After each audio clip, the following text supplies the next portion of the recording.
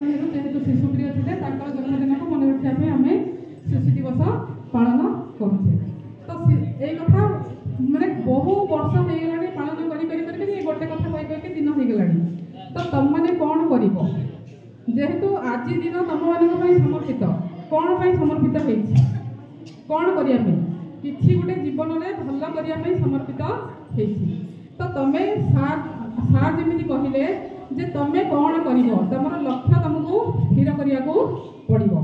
तो तुम्हें आज दिन में निजे निजे शपथ नहीं पार जे आम कौन करूँ जीवन में किसी गोटे निश्चित करूँ से तुमको टाइम टेबल बनवा को पड़ो।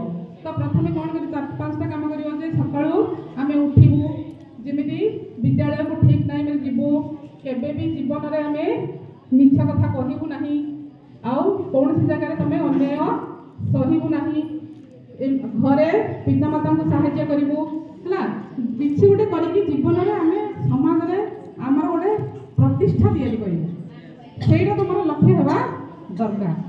तो तुम मैंने आज शपथ नेवा कथा जे आम कि करूँ।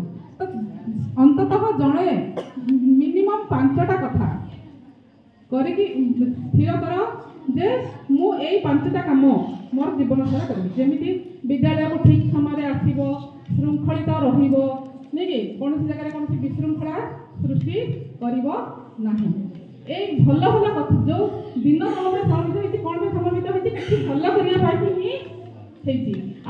जो महामनीषी ये को लेकिन आम पालन करुचे जीवन में कौन करते केतकी कष्ट सही से आमको मन रखा पड़ो।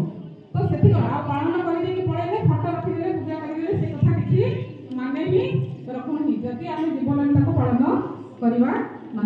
तो से कौन समस्त अनुरोध जे जड़े जड़े निश्चित भाव गोटे भलटा 5टा कथा आज आम करूँ शपथ नियो है एति तुम मान मोर उपदेश रख।